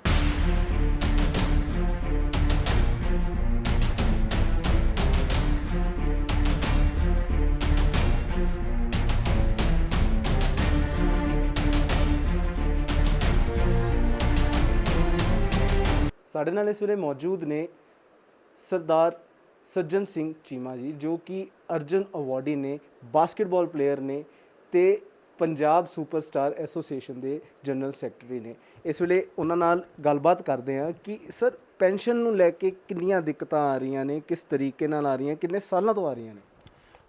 ਸਭ ਤੋਂ ਪਹਿਲਾਂ ਤੇ ਸਾਰਿਆਂ ਨੂੰ ਦਰਸ਼ਕਾਂ ਨੂੰ ਸਤਿ ਸ਼੍ਰੀ ਅਕਾਲ। ਇਹ ਜਿਹੜੀ ਪੈਨਸ਼ਨ ਵਾਲੀ ਮੈਂ ਇਹਨੂੰ ਦਿੱਕਤ ਨਹੀਂ ਕਹਿ ਸਕਦਾ। ਇਹ ਸਾਨੂੰ ਅਸੀਂ ਮੰਗੀਆਂ ਨਹੀਂ ਸੀਗੀਆਂ, ਕਦੇ ਵੀ ਪਲੇਅਰ ਨੇ ਕਿਸੇ ਨੇ ਕੁਝ ਮੰਗਿਆ ਨਹੀਂ ਹੈ। ਪਰ ਜਦੋਂ ਇਹ ਸੋਚਦੀ ਹੈ ਸਰਕਾਰ ਕਿ ਹਾਂ ਬਈ ਪਲੇਅਰਾਂ ਦਾ ਕੋਈ ਰੁਤਬਾ ਹੈਗਾ, ਜਦੋਂ ਇਹ ਪੰਜਾਬ ਦਾ ਝੰਡਾ ਬੁਲੰਦ ਕਰਦੇ ਹੈ ਜਾਂ ਹਿੰਦੁਸਤਾਨ ਦਾ ਝੰਡਾ ਜਿਹੜਾ ਓਲੰਪਿਕਸ, ਏਸ਼ੀਅਨ ਗੇਮ ਜਾਂ ਹੋਰ ਇੰਟਰਨੈਸ਼ਨਲ ਮੈਚਾਂ ਦੇ ਵਿੱਚ ਜਦੋਂ ਝੰਡਾ ਚੱਕਦੇ ਆ ਤੇ ਆਪਣੇ ਆਪ ਹੀ ਉਹ ਪਲੇਅਰਾਂ ਨੂੰ ਅਵਾਰਡ ਜਾਂ ਇਸ ਚੀਜ਼ਾਂ ਦਿੰਦੇ ਆ। ਸੋ ਇਹ ਪੈਨਸ਼ਨ ਜਿਹੜੀ ਹੈ ਨਾ, ਇਹ ਕਾਫੀ ਦੇਰ ਤੋਂ ਚੱਲ ਰਹੀ ਹੈ, ਪਰ ਟਾਈਮ ਟੂ ਟਾਈਮ ਜਿਹੜੀ ਹੈ ਇਹਨੂੰ ਵਧਾਇਆ ਜਾ ਰਿਹਾ। ਸਾਡੀ ਜਿਹੜੀ ਪੈਨਸ਼ਨ ਹੈ ਕਾਫੀ ਸਾਲਾਂ ਤੋਂ ਉਹ ਤਕਰੀਬਨ ਜਿਸ ਤਰ੍ਹਾਂ ਪਹਿਲਾਂ ਸੀ ਕਿ 5000 ਰੁਪਇਆ ਓਲੰਪਿਕਸ ਦਾ ਜਿਹੜਾ ਮੈਡਲਿਸਟ ਹੈ ਉਹਨੂੰ ਮਿਲ ਰਹੀ ਸੀਗੀ, 3000 ਰੁਪਇਆ ਜਿਹੜਾ ਏਸ਼ੀਆ ਦਾ ਮੈਡਲਿਸਟ ਹੈ, ਔਰ ਜਿਹੜਾ ਨੈਸ਼ਨਲ ਚੈਂਪੀਅਨ ਪਲੱਸ ਇੰਟਰਨੈਸ਼ਨਲ ਹੈ, ਏਸ਼ੀਅਨ ਗੇਮਸ ਵਗੈਰਾ ਖੇਲਿਆ, ਉਹਨਾਂ ਨੂੰ 1200-600 ਰੁਪਇਆ ਇਸ ਹਿਸਾਬ ਨਾਲ ਬਣਾਇਆ ਸੀਗਾ। ਪਰ ਇਹ ਪਿੱਛੋਂ ਜਦੋਂ ਸਰਕਾਰ ਪਹਿਲਾਂ ਕੈਪਟਨ ਸਰਕਾਰ ਬਣੀ ਸੀ, ਉਦੋਂ ਵੀ ਇਹਨਾਂ ਨੇ ਇੱਕ ਮੀਟਿੰਗ ਹੋਈ ਸੀ, ਵਾਅਦਾ ਕੀਤਾ ਸੀਗਾ ਕਿ ਅਸੀਂ ਤੁਹਾਡੀ ਪੈਨਸ਼ਨ ਜਿਹੜੀ ਹੈ ਉਹਨਾਂ ਨੂੰ ਵਧਾ ਦਿੰਦੇ ਹਾਂ। ਪਰ ਔਰ ਹੁਣ ਨਵੀਂ ਇੱਕ ਪਾਲਿਸੀ ਬਣੀ ਆ ਤਕਰੀਬਨ 1.5 ਸਾਲ ਪਹਿਲਾਂ, 2 ਸਾਲ ਪਹਿਲਾਂ ਕੈਪਟਨ ਸਾਹਿਬ ਨੇ ਔਰ ਖੇਡ ਮੰਤਰੀ ਸਾਹਿਬ ਨੇ ਬੜਾ ਪ੍ਰਚਾਰ ਕੀਤਾ। ਫਰੰਟ ਪੇਜ ਦੇ ਉੱਤੇ ਜਿਹੜਾ ਉਹ ਸਪੋਰਟਸ ਪਾਲਿਸੀ ਦੀ ਜਿਹੜੀ ਇਹ ਚਰਚਾ ਹੋਈ ਕਿ ਜਿਹੜੇ ਖਿਡਾਰੀਆਂ ਦੀ ਪੈਨਸ਼ਨ 3 ਗੁਣਾ ਜਿਹੀ ਕਰ ਦਿੱਤੀ ਹੈ। ਦੇਖੋ, ਅਸੀਂ ਇਹ ਪੈਨਸ਼ਨ ਨਹੀਂ ਹੈ, ਇਹਦਾ ਕੋਈ ਇਹ ਨਹੀਂ ਹੈ ਕਿ ਸਾਡਾ 5, 10, 20 ਹਜ਼ਾਰ ਦੇ ਨਾਲ ਜਿਹੜਾ ਹੈ ਕਿ ਬਹੁਤ ਜ਼ਿਆਦਾ ਅਸੀਂ ਅਮੀਰ ਹੋ ਜਾਣਾ ਜਾਂ ਕੁਛ। ਇਹ ਇੱਕ ਮਾਨ ਸਨਮਾਨ ਹੁੰਦਾ ਹੈ ਔਰ ਪਲੇਅਰ ਦੇ ਕੈਲੀਬਰ ਦੇ ਹਿਸਾਬ ਨਾਲ ਉਹਦਾ ਮਾਨ ਸਨਮਾਨ ਹੁੰਦਾ ਹੈ। ਸੋ ਇਹਨਾਂ ਨੇ ਜਦੋਂ ਇਹ ਅਨਾਊਂਸ ਕੀਤੀ ਤੇ ਵਿੱਚ ਸ਼ਰਤਾਂ ਇਸ ਤਰ੍ਹਾਂ ਦੀਆਂ ਰੱਖ ਦਿੱਤੀਆਂ ਕਿ ਇੱਕ ਵੀ ਖਿਡਾਰੀ ਜਿਹੜਾ ਉਹ ਐਲੀਜੀਬਲ ਨਹੀਂ ਸੀਗਾ, ਔਰ ਅਸੀਂ ਐਸੋਸੀਏਸ਼ਨ ਨੇ ਇਤਰਾਜ਼ ਕੀਤਾ ਔਰ ਅਸੀਂ ਇਹ ਕਿਹਾ ਕਿ ਇਹਦੇ ਵਿੱਚ ਤੇ ਤੁਸੀਂ ਬਹਾਨੇ ਨਾਲ ਇਹ ਪੈਨਸ਼ਨ ਪਲੇਅਰਾਂ ਦੀ ਬੰਦ ਕਰ ਦਿੱਤੀ ਹੈ, ਸਾਨੂੰ ਉੱਦਾਂ ਹੀ ਕਹਿ ਦਿਓ ਪੈਨਸ਼ਨ ਨਾ ਲਓ। ਔਰ ਇਹਨਾਂ ਨੂੰ ਸਰਕਾਰ ਨੂੰ ਨਮੋਸ਼ੀ ਦਾ ਸਾਹਮਣਾ ਕਰਨਾ ਪਿਆ ਕਿ ਇੱਕ ਵੀ ਖਿਡਾਰੀ ਉਹਨਾਂ ਸ਼ਰਤਾਂ 'ਚ ਐਲੀਜੀਬਲ ਨਹੀਂ ਸੀਗਾ। ਔਰ ਮਹਾਰਾਜਾ ਰਣਜੀਤ ਸਿੰਘ ਜਦੋਂ ਅਵਾਰਡ ਸੈਰਾਮਨੀ ਹੋਈ ਹੈ ਪਿਛਲੇ ਸਾਲ, ਇਹਨਾਂ ਨੇ CM ਦੀ ਹਾਜ਼ਰੀ ਦੇ ਵਿੱਚ ਖੇਡ ਮੰਤਰੀ ਨੇ ਅਨਾਊਂਸ ਕੀਤਾ ਕਿ ਕੋਈ ਸ਼ਰਤਾਂ ਨਹੀਂ ਹੈ, ਉਸ ਹਿਸਾਬ ਨਾਲ ਤੁਹਾਨੂੰ ਪੈਨਸ਼ਨ ਜਿਹੜੀ ਹੈ ਉਹ ਮਿਲੂਗੀ। ਅਸੀਂ ਮਿਲ ਕੇ ਸਭ ਕੁਝ ਦੱਸਣਾ ਚਾਹੁੰਦੇ ਸੀ, ਪਲੇਅਰਾਂ ਦੀਆਂ ਕੀ ਦਿੱਕਤਾਂ ਨੇ, ਸਾਰਾ ਕੁਝ ਅਸੀਂ ਦੱਸਣਾ ਚਾਹੁੰਦੇ ਸੀਗੇ। ਪਰ ਸਾਨੂੰ 1.5 ਸਾਲ ਹੋ ਗਿਆ ਜਿਹਦੇ ਵਿੱਚ ਦੇਖੋ ਇੰਨੇ ਮਹਾਨ ਖਿਡਾਰੀ ਉੱਚੇ ਅਹੁਦਿਆਂ ਦੇ ਉੱਤੇ, Padma Shri, Arjuna awardee, Olympics gold medallist ਖਿਡਾਰੀ ਨੇ, IG ਰੈਂਕ ਤੱਕ ਇਹ ਸਾਡੀ ਐਸੋਸੀਏਸ਼ਨ ਦੇ ਵਿੱਚ ਹੈਗੇ ਨੇ। ਪਰ ਦੇਖੋ ਵੀ ਕੈਪਟਨ ਸਾਹਿਬ ਨੂੰ ਪੌਣੇ 2 ਸਾਲ ਹੋ ਗਏ, ਸਾਨੂੰ ਅਜੇ ਤੱਕ ਟਾਈਮ ਨਹੀਂ ਮਿਲਿਆ ਕਿ ਅਸੀਂ ਕੋਈ ਦੱਸ ਸਕੀਏ, ਅਸੀਂ ਕੋਈ ਰਾਏ ਦੇ ਸਕੀਏ। ਸੋ ਉਸ ਤੋਂ ਬਾਅਦ ਇਹਨਾਂ ਨੇ ਹੁਣ ਕੀ ਕੀਤਾ, ਜਦੋਂ ਉੱਥੇ ਅਨਾਊਂਸ ਕਰਨ ਤੋਂ ਬਾਅਦ ਵੀ ਉਹ ਪਿਛਲੀ ਪਾਲਿਸੀ ਜਿਹੜੀ ਲਾਗੂ ਕਰ ਦਿੱਤੀ। ਉਹਦੇ ਵਿੱਚ ਜਿਹੜਾ ਮੈਨੂੰ ਲੱਗਦਾ ਹੈ ਵੀ ਓਲੰਪਿਕਸ ਮੈਡਲਿਸਟ ਨੂੰ 5000 ਮਿਲਦਾ, ਦੂਜਿਆਂ ਨੂੰ 3000 ਮਿਲਦਾ। ਮਤਲਬ ਤੁਸੀਂ ਇੱਥੇ ਹਿਸਾਬ ਲਾਓ ਵੀ ਜਿਹੜਾ ਦੁਨੀਆ ਦਾ ਚੈਂਪੀਅਨ ਹੈ, ਦੁਨੀਆ ਦਾ champion world olympics gold medallist, ਉਹ ਸਿਰਫ ਉਹਦੀ ਕੀਮਤ 5000 ਹੈ, ਔਰ ਜਿਹੜਾ ਏਸ਼ੀਆ ਦਾ ਚੈਂਪੀਅਨ ਹੈ ਉਹਦੀ 3000, ਔਰ ਉਸ ਤੋਂ ਥੱਲੇ 1200, ਮੈਂ 600, ਮੈਨੂੰ 4 ਸਾਲ ਹੋ ਗਿਆ ਮਿਲੀ ਨਹੀਂ, ਮੈਨੂੰ ਨਹੀਂ ਮਿਲੀ 600 ਰੁਪਈਆ ਜਿਹੜੀ ਪੈਨਸ਼ਨ ਮਿਲਦੀ ਹੈ। ਸੋ ਮੈਂ ਤੇ ਪੈਨਸ਼ਨ ਤੋਂ ਇਨਕਾਰ ਕਰ ਦਿੱਤਾ। ਤੇ ਜਿਹੜੇ ਇੱਥੇ ਇੱਕ ਸਿਆਸਤਦਾਨ ਜਿਹੜੇ ਨੇ ਇੱਕ ਹਲਕੇ ਨੂੰ ਰਿਪਰੈਜ਼ੈਂਟ ਕਰਦੇ ਆ, ਜਿਹੜੇ ਸਿਰਫ 1.5 ਲੱਖ ਵੋਟਰ ਨੂੰ ਰਿਪਰੈਜ਼ੈਂਟ ਕਰਦੇ ਆ, ਜਿਹੜੇ ਦੁਨੀਆ ਦੇ ਵਿੱਚ ਚੈਂਪੀਅਨ ਹੈ, ਉਹਨਾਂ ਦਾ 5000 ਤੇ ਇਹਨਾਂ ਦੀ ਲੱਖਾਂ ਦੇ ਹਿਸਾਬ ਨਾਲ ਇਹਨਾਂ ਨੂੰ ਸਹੂਲਤਾਂ ਤੇ ਪੈਨਸ਼ਨਾਂ ਜਿਹੜੀਆਂ ਨੇ। ਸੋ ਸਾਨੂੰ ਇਸ ਗੱਲ ਦਾ ਇਤਰਾਜ਼ ਹੈ, ਸਾਨੂੰ ਪੈਨਸ਼ਨਾਂ ਨਹੀਂ ਚਾਹੀਦੀਆਂ। ਜੇ ਸਾਨੂੰ ਦੇਣੀ ਹੈ ਸਨਮਾਨਜਨਕ ਜਿਹੜੀ ਹੈ ਰਾਸ਼ੀ ਚਾਹੀਦੀ ਹੈ, ਸਾਨੂੰ ਸਾਡੀ ਇੱਜ਼ਤ ਹੋਣੀ ਚਾਹੀਦੀ, ਸਾਨੂੰ ਪਤਾ ਲੱਗੇ ਕਿ ਸਾਨੂੰ ਕੁਛ ਮਿਲਿਆ। ਹੁਣ ਕੀ ਦੱਸੀਏ, 1200 ਰੁਪਏ ਦਾ ਇੱਕ ਪੀਜ਼ਾ ਹੁੰਦਾ ਤੇ ਸਾਨੂੰ ਅੱਧਾ ਪੀਜ਼ਾ ਦਿੰਦੇ ਆ ਮਹੀਨੇ ਦਾ, ਤੇ ਇਦੋਂ ਸਾਡੇ ਵਾਸਤੇ ਸਾਨੂੰ ਇੱਕ ਕਿਸਮ, ਮੈਂ ਤਾਂ ਕਹਾਂਗਾ ਵੀ ਸਾਨੂੰ ਜੁੱਤੀਆਂ ਮਾਰ ਰਹੇ ਨੇ ਹੈਂ। ਤੋ ਸੋ ਇਸ ਕਰਕੇ ਮੈਂ ਤੇ ਪੈਨਸ਼ਨ ਤੋਂ ਬਿਲਕੁਲ ਇਨਕਾਰ ਕਰ ਦਿੱਤਾ, ਮੈਨੂੰ ਨਹੀਂ ਚਾਹੀਦੀ ਪੈਨਸ਼ਨ। ਔਰ ਜਿਹੜਾ ਇਹਨਾਂ ਨੇ ਭੇਜਿਆ ਵੀ ਤੁਸੀਂ ਸਾਬਤ ਕਰੋ ਵੀ ਤੁਸੀਂ ਜਿੰਦਾ ਹੋ ਹੈਂ, ਮੈਂ ਤਾਂ ਇਹਨਾਂ ਨੂੰ ਕਿਹਾ ਸੀਗਾ ਵੀ ਜਦੋਂ ਕੋਈ ਓਲੰਪਿਕਸ ਖਿਡਾਰੀ, ਕੋਈ ਏਸ਼ੀਅਨ ਗੇਮ ਦਾ ਮੈਡਲਿਸਟ, ਓਲੰਪਿਕਸ ਦਾ ਮੈਡਲਿਸਟ, ਅਰਜੁਨਾ ਅਵਾਰਡੀ, ਪਦਮ ਸ਼੍ਰੀ ਮਰੂਗਾ ਤੇ ਪੇਪਰ 'ਚ ਆ ਜਾਣਾ, ਮਾੜੀ ਖਬਰ ਤੁਹਾਨੂੰ ਪਹੁੰਚ ਜਾਊਗੀ ਤੇ ਉਦੋਂ ਬੰਦ ਕਰਦੇ ਆ ਜੇ।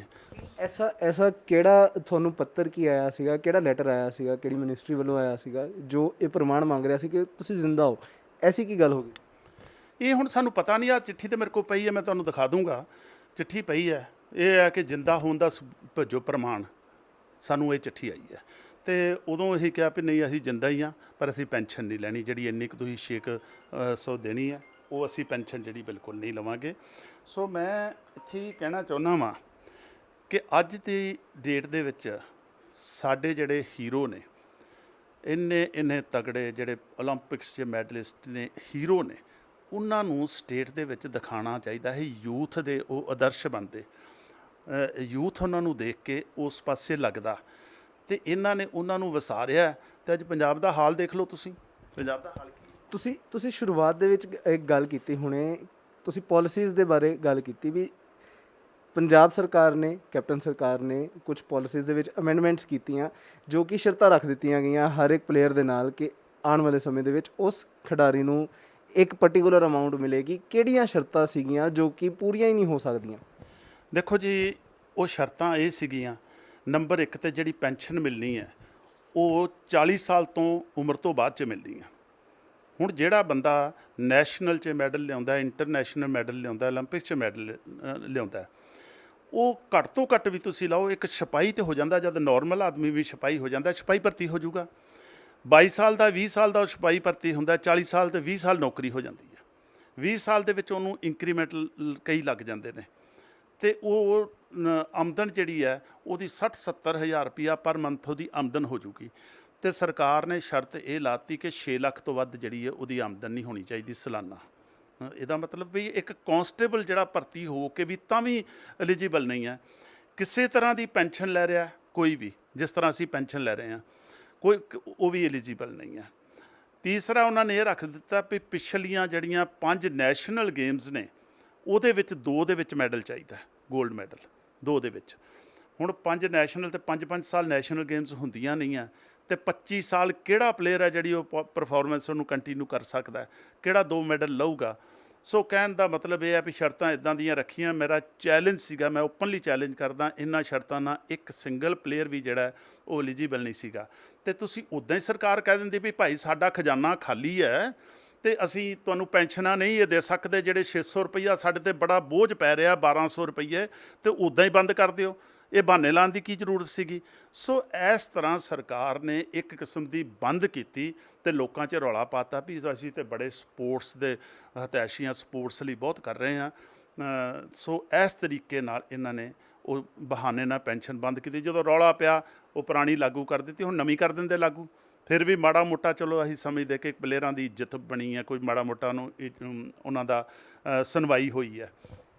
ਜੇ ਹੁਣ ਅਸੀਂ ਗੱਲ ਕਰੀਏ ਇਸ ਚੀਜ਼ ਦੇ ਉੱਤੇ ਕਿ ਜੇ ਜ਼ਿੰਦਗੀ ਜਿਹੜੀ ਕੱਟੀ ਜਾ ਰਹੀ ਹੈ ਆਫਟਰ ਰਿਟਾਇਰਮੈਂਟ ਜਾਂ ਆਫਟਰ ਤੁਹਾਡੀ ਏਜ, ਪਲੇਇੰਗ ਏਜ ਤੋਂ ਬਾਅਦ ਜਿਹੜੀ ਹੁਣ ਜ਼ਿੰਦਗੀ ਤੁਸੀਂ ਕੱਟ ਰਹੇ ਹੋ, ਉਹ ਕਿਸ ਤਰੀਕੇ ਨਿਕਲ ਰਹੀ ਹੈ? ਕਿਉਂਕਿ ਕਾਫੀ ਲੋਕਾਂ ਦੇ ਮਨ ਦੇ ਵਿੱਚ ਇਹ ਸਵਾਲ ਆ ਜਾਏਗਾ, ਜੇ ਪੈਨਸ਼ਨਸ ਨਹੀਂ ਆ ਰਹੀਆਂ ਤੇ ਜ਼ਿੰਦਗੀ ਕੱਟਣੀ ਬਹੁਤ ਔਖੀ ਹੋ ਚੁੱਕੀ ਹੋਏਗੀ। ਆਮਦਨ ਬਹੁਤ ਜ਼ਰੂਰੀ ਹੈ, ਜੇ ਆਮਦਨ ਹੀ ਨਹੀਂ ਆ ਰਹੀ ਤੇ ਕਿਸ ਤਰੀਕੇ ਘਰ ਚੱਲ ਰਹੇ ਨੇ? ਨਹੀਂ ਜੀ, ਜਿਹੜੀ ਸਾਨੂੰ ਮਹਿਕਮੇ ਨੂੰ ਪੈਨਸ਼ਨ ਮਿਲਦੀ ਹੈ, ਜਿਹੜੀ ਇਹ ਸਪੋਰਟਸ ਪੈਨਸ਼ਨ ਇਹ ਆਨਰ ਹੈ। ਸੋ ਜਿਹੜੀ ਹੈ ਉਹ ਪੈਨਸ਼ਨ ਸਾਨੂੰ ਮਹਿਕਮੇ ਵੱਲੋਂ, ਤੇ ਜਿਹੜੀ ਪੁਲਿਸ ਦੇ ਵਿੱਚੋਂ ਮੈਂ ਰਿਟਾਇਰ ਹੋਇਆ, PPS ਸੀਗਾ, SSP ਕਮਾਂਡੈਂਟ ਦੇ ਉਹਦੇ 'ਤੇ ਰਿਹਾ ਮੈਂ, SSP ਵਿਜੀਲੈਂਸ ਰਿਹਾ ਵਾਂ, ਤੇ ਉਹ ਪੈਨਸ਼ਨ ਤੇ ਆ ਰਹੀ ਹੈ। ਪਰ ਇੱਕ ਸਪੋਰਟਸ ਜਿਹੜਾ ਉਹ ਫੀਲਡ ਹੀ ਅਲੱਗ ਹੈ। ਕਈ ਜਿਹੜੇ ਸਪੋਰਟਸਮੈਨ ਨੇ ਉਹ ਬਿਜ਼ਨਸ ਕਰ ਰਹੇ, ਆਪਣਾ ਕਾਰੋਬਾਰ ਕਰਦੇ ਆ। ਕੋਈ ਜਿਹੜਾ ਉਹ ਆਪਣਾ ਕੋਈ ਪੈਟਰੋਲ ਪੰਪ ਲੈ ਕੇ ਉਹ ਚਲਾ ਰਿਹਾ, ਕੋਈ ਹੋਰ ਤਰ੍ਹਾਂ ਆਪਣਾ ਬਿਜ਼ਨਸ ਕਰ ਰਿਹਾ, ਕਈ ਨੌਕਰੀ ਕਰਦੇ ਨੇ। ਸੋ ਹਰ ਕੋਈ ਚਲੋ ਆਪਣਾ ਕਮਾ ਰਿਹਾ, ਪਰ ਸਰਕਾਰ ਨੇ ਇਹ ਕਿਹਾ ਵੀ ਤੁਸੀਂ ਓਲੰਪਿਕਸ 'ਚੋਂ ਮੈਡਲ ਲਿਆਓ, ਮੁੜ ਕੇ ਤੁਹਾਨੂੰ ਅਸੀਂ ਨੌਕਰੀਆਂ ਨਾ ਦਈਏ, ਤੁਸੀਂ ਭੁੱਖੇ ਮਰੋ ਤੇ ਫਿਰ ਤੁਹਾਨੂੰ ਪੈਨਸ਼ਨ ਦੇਵਾਂਗੇ। ਸਰਕਾਰ ਦੀ ਇਹ ਸੋਚ ਹੈ। ਸੋ ਮਤਲਬ ਮੂਲ ਗੱਲ ਇੱਥੇ ਮੁੱਕਦੀ ਹੈ ਕਿ ਜੋ ਬਣਦਾ ਸਨਮਾਨ ਆ ਇੱਕ ਓਲੰਪਿਕ ਪਲੇਅਰ ਨੂੰ ਮਿਲਣਾ ਚਾਹੀਦਾ ਹੈ, ਇੱਕ ਅਰਜੁਨ ਅਵਾਰਡੀ ਨੂੰ ਮਿਲਣਾ ਚਾਹੀਦਾ ਜਾਂ ਕਿਸੇ ਵੀ ਅਵਾਰਡ ਹੋਲਡਰ ਨੂੰ ਮਿਲਣਾ ਚਾਹੀਦਾ ਸਪੋਰਟਸ ਦੇ ਵਿੱਚ ਸਪੈਸ਼ਲੀ, ਉਹ ਬਿਲਕੁਲ ਵੀ ਦੇਣਾ ਤੇ ਦੂਰ ਦੀ ਗੱਲ, ਉਸ ਨੂੰ ਗੋਲਿਆ ਵੀ ਨਹੀਂ ਜਾ ਰਿਹਾ ਹਾਲੇ ਤੱਕ। ਬਿਲਕੁਲ ਇਹੋ ਹੀ ਗੱਲ ਹੈ ਜੀ। ਅਸੀਂ ਪੰਜਾਬ ਨੰਬਰ 1 ਸੂਬਾ ਸਪੋਰਟਸ ਦੇ ਵਿੱਚ, ਔਰ ਹੁਣ ਤੇ ਚਲੋ ਬਹੁਤ ਥੱਲੇ ਚਲੇ ਗਏ ਆ। UP ਜਿਹੜਾ ਉਹ 25,000 ਦੇ ਰਿਹਾ, ਹਰਿਆਣਾ ਸਾਡੇ ਨਾਲੋਂ ਕਿਤੇ ਵੱਧ ਦੇ ਰਿਹਾ। ਰਾਜਸਥਾਨ ਜਿਹੜਾ ਉਹ ਮੁਰੱਬਾ ਜ਼ਮੀਨ ਦੇ ਰਹੇ ਨੇ ਜਿਹੜੇ ਵੀ ਇੰਟਰਨੈਸ਼ਨਲ ਕੋਈ ਮੈਡਲ ਲੈ ਕੇ ਆਉਂਦਾ ਹੈ, ਕੋਈ ਅਰਜਨਾ ਵਾਡੀ ਹੈ, ਉਹਨਾਂ ਨੂੰ ਲੈ। ਬਾਹਰਲੇ ਸਟੇਟਾਂ ਦੇ ਵਿੱਚ ਗਰੀਬ ਹੁੰਦਿਆਂ ਹੋਇਆਂ ਵੀ ਇੰਨੀਆਂ ਉਹਨਾਂ ਨੂੰ ਪੈਨਸ਼ਨ ਤੇ ਇੰਨਾ ਇੱਜ਼ਤਮਾਨ ਦਿੱਤਾ ਜਾ ਰਿਹਾ, ਪਰ ਇੱਥੇ ਜਿਹੜਾ ਆ ਦੇ ਰਿਹਾ, ਤੇ ਤੁਸੀਂ ਦੇਖ ਲਓ ਵੀ ਪੰਜਾਬ ਦਾ ਕੀ ਹਾਲ ਹੈ।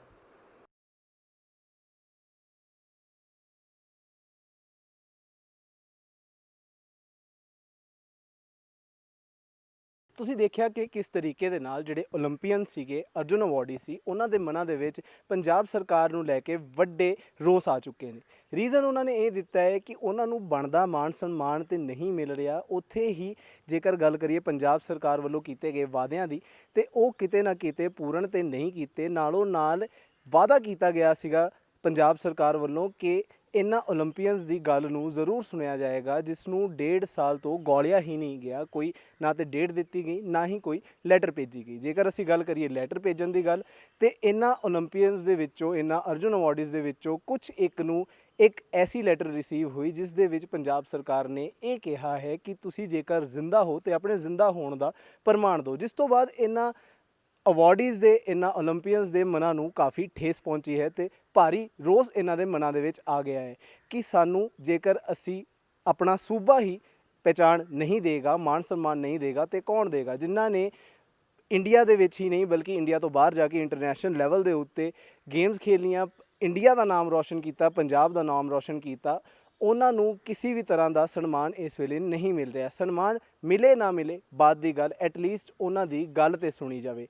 ਤੇ ਜੇਕਰ ਅਸੀਂ ਗੱਲ ਕਰੀਏ, ਉਹਨਾਂ ਨੇ ਆਪਣੇ ਆਪ ਨੂੰ ਕੰਪੇਅਰ ਕਰਦਿਆਂ ਹੋਇਆਂ ਬਾਕੀ ਸੂਬਿਆਂ ਦੇ ਨਾਲ ਇਹ ਗੱਲ ਕੀਤੀ ਹੈ ਕਿ ਸਾਫ਼ ਤੌਰ ਤੇ ਦੇਖਿਆ ਜਾਵੇ ਤੇ 600 ਰੁਪਇਆ ਪਰ ਮੰਥ ਬਹੁਤ ਘੱਟ ਪੈਨਸ਼ਨ ਹੈ, ਜੋ ਕਿ ਬੇਇੱਜ਼ਤੀ ਦੇ ਤੌਰ ਦੇ ਉੱਤੇ ਉਹ ਆਪਣੇ ਲੈ ਰਹੇ ਨੇ। ਜੇਕਰ ਅਸੀਂ ਗੱਲ ਕਰੀਏ ਰਾਜਸਥਾਨ ਦੀ, ਬਿਹਾਰ ਦੀ, ਯੂਪੀ ਦੀ, ਤੇ ਉਹ ਇਸ ਤੋਂ ਕਈ ਗੁਣਾ ਜ਼ਿਆਦਾ ਆਪਣੇ ਪਲੇਅਰਸ ਨੂੰ ਸਪੋਰਟ ਵੀ ਕਰ ਰਹੇ ਨੇ, ਆਪਣੇ ਪਲੇਅਰਸ ਦਾ ਮਾਣ ਸਨਮਾਨ ਵੀ ਵਧਾ ਰਹੇ ਨੇ। ਕੈਮਰਾਮੈਨ ਜਤਿਨ ਦੇ ਨਾਲ Manrajdeep Chattha, Dainik Savera, Jalandhar. All world open challenge 17 time gold medallist मियां रफीक मोहम्मद, पंडित, मौलवी, बेगम, तांत्रिक, इन्हां चोरा ठग्गां तो सावधान। स्पेशलिस्ट वशीकरण, सट्टा नंबर, लव मैरिज, पति पत्नी च अनबन, विदेश च पक्का होना, कारोबार दा ना चलना, सिर्फ 31 घंटियां विच समाधान।